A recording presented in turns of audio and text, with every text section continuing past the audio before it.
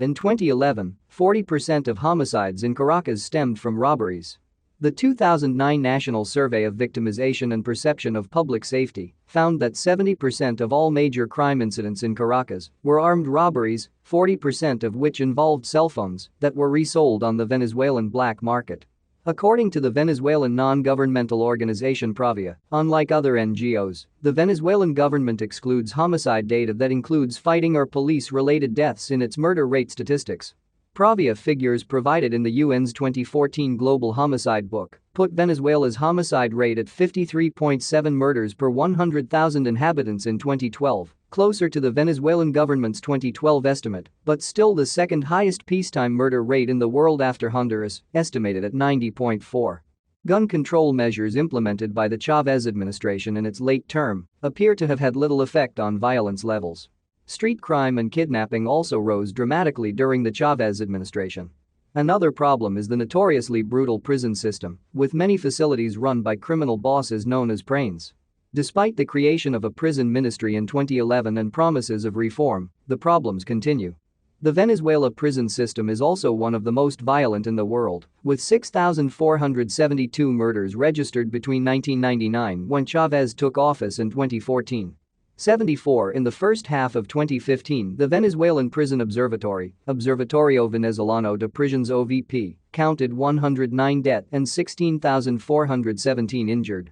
According to United Nations, the homicides rate in Venezuela was 53.7 murders per 100,000 persons in 2012. That's higher than figures for many other Latin American countries, including Colombia, which had 30.8 murders per 100,000 people in the same year, while in the grips of an undeclared civil war.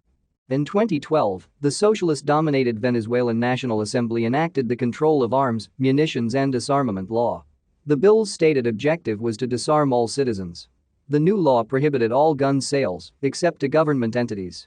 The penalty for illegally selling or carrying a firearm is a prison sentence of up to 20 years. Despite criticism from the democratic opposition, the bill went into effect in 2013. In 2013, it was reported that Venezuela was one of the most weaponized areas in the world, with one firearm per 2 citizens. As of 2018, there were an estimated 6 million firearms in Venezuela. Voluntary surrenders in 2013 accounted for only 37 firearms surrendered, while 12,603 were confiscated. Colectivos stated to the Venezuelan government that they were not going to participate in the disarmament plan, stating that they were groups involved with the Bolivarian Revolution and that criminal gangs should instead be focused on. Male life expectancy in Venezuela was curtailed by almost 2 years, exclusively because of violent deaths between 1996 and 2013. Violence has offset improvements in the nation's mortality rate, achieved by reducing the risk of death from cardiovascular diseases and other causes of death. Similar findings have been reported for Mexico, where the war on drugs held back life expectancy gains in the new century.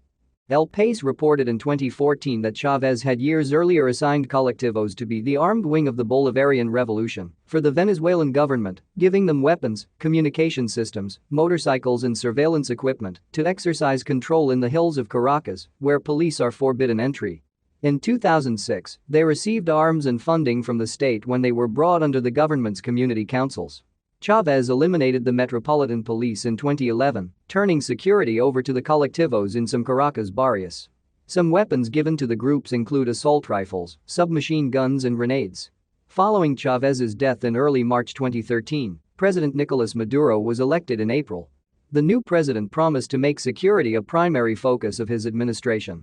Shortly after Maduro's inauguration, the government backed the creation of a special homicide police unit and the deployment of the armed forces to fight crime. The government also announced renewed plans to combat fuel smuggling in the Colombian border region. However, much of Maduro's rhetoric has followed that of his predecessor, raising questions of whether he will tackle Venezuelan security concerns, such as embedded corruption and a politicized justice system. Public institutions in Venezuela have been forced to follow a strict policy of secrecy, and mortality and health data sources have not been updated nor made publicly available since 2013. The stagnation in life expectancy found up to that year is likely to turn to decline as this humanitarian crisis worsens. Most of the homicides in Venezuela are committed with firearms, which are widely available. While the government and opposition remain locked in turmoil, weapons have flooded onto the black market, where local police and armies have become the main smugglers. Worse, the government has implemented a policy to arm pro-government supporters in order to contain protesters. In September 2013, France made one of its biggest cocaine busts ever, finding 1.3 tons of cocaine on board an Air France plane that landed in Paris, packed into 31 suitcases. The flight had left Caracas airport, which is closely controlled by the National Guard. The international scandal forced the Venezuelan government to act. 28 arrests were made, among them a lieutenant colonel and other National Guard members. With these arrests, the investigations by the Venezuelan government halted, and no attempts were made to follow lines of inquiry that led to more senior figures. U.S. federal prosecutors have claimed that, shortly before his death from cancer, Chavez directed his top lieutenants to work in tandem with the Revolutionary Armed Forces of Colombia, FARC, to weaken the U.S. via an epidemic of drugs. With Chavez's backing, the guerrillas became a major producer of hard drugs, distributing them to Latin American cartels and splitting the profits with El Presidente and his cronies. In 2014, courts claimed that the high murder rate was due to Venezuela's growing poverty rate, rampant corruption, high levels of gun ownership, and a failure to punish murderers. 91% of the murders go unpunished, according to the Institute for Research on Coexistence and Citizen Security. Foreign visitors. Venezuela is especially dangerous toward foreign travelers and investors who are visiting. This is due to Venezuela's economic problems. The United States State Department and the Government of Canada have warned foreign visitors that they may be subjected to armed robbery, kidnapping and murder. In 2014, former Miss Venezuela 2004 winner Monica Spear and her husband were murdered, with her 5-year-old daughter being shot while visiting, and an elderly German tourist was murdered only a few weeks later. Crime rates are higher in barrios or ranchos, slum areas, and after dark. Petty crime such as pickpocketing is prevalent, particularly in public transport terminals in Caracas. Crimes related to shortages and hunger increased shortly after, with growing incidents of looting occurring throughout the country. While Venezuelans were suffering from shortages in Venezuela, the occasional looting of trucks full of goods became more common in the country, with the robberies being committed by criminal gangs.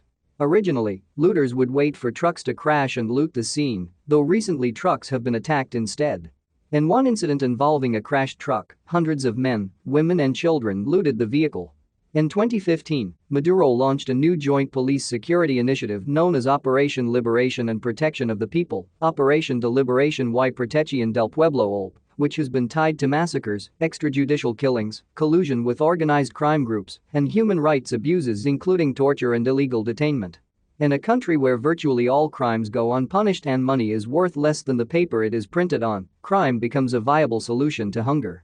Fathers go out at night to steal motorcycles. Gangsters recruit youngsters by paying them in food. Crime and insecurity are on the rise. Robberies and kidnappings have become a major industry. Venezuela's judicial system has been ranked the most corrupt in the world by Transparency International, and according to the World Justice Project's Rule of Law Index 2015, Venezuela had the worst rule of law in the world, having the third worst justice system in the world and the worst criminal justice system in the world. The Venezuelan capital, Caracas, has become one of the most dangerous and violent cities on earth. A survey published in 2016 found there were 120 murders per 100,000 residents during 2015. Crime and a grinding economic crisis have turned the traditionally vibrant, teeming streets of Caracas into no man's land once the sun goes down. By night, few people ride the Caracas subway, which is used by 2 million people a day. In the city center, hardly any pedestrians were out and about. And those that were walked very fast. When night falls, streets in Caracas clear as most residents abide by an undeclared curfew out of fear for their safety. Despite the significant drop in killings, Venezuelans tend not to gaze at their cell phones in the streets. Many leave gold and silver wedding rings in secure places at home, while others have grown accustomed to checking whether they are being followed. As if coping with constant food and medicine shortages were not enough for crisis-weary Venezuelans, many live in constant fear in a country where 3 people die violently every hour. Not even the police are safe in Venezuela. In a country whose capital city Caracas was runner-up for murder capital of the world, 252 security officers have been killed in the country from January 2015 until October 2015, in most cases, simply because they were carrying something valuable, a gun. Before 2005, most police officers died in the line of duty. But nowadays, 65% of crimes against officers are motorcycle and weapon theft. When President Maduro launched a disarmament plan in 2014, the government's intention was to reduce violence by making it harder for people to obtain guns. His predecessor had already made private gun ownership illegal in 2012. But these actions have only increased interest in the people allowed to carry weapons. There are now fewer deals in black market arms, but that has made anyone in uniform a more popular target for criminals than before.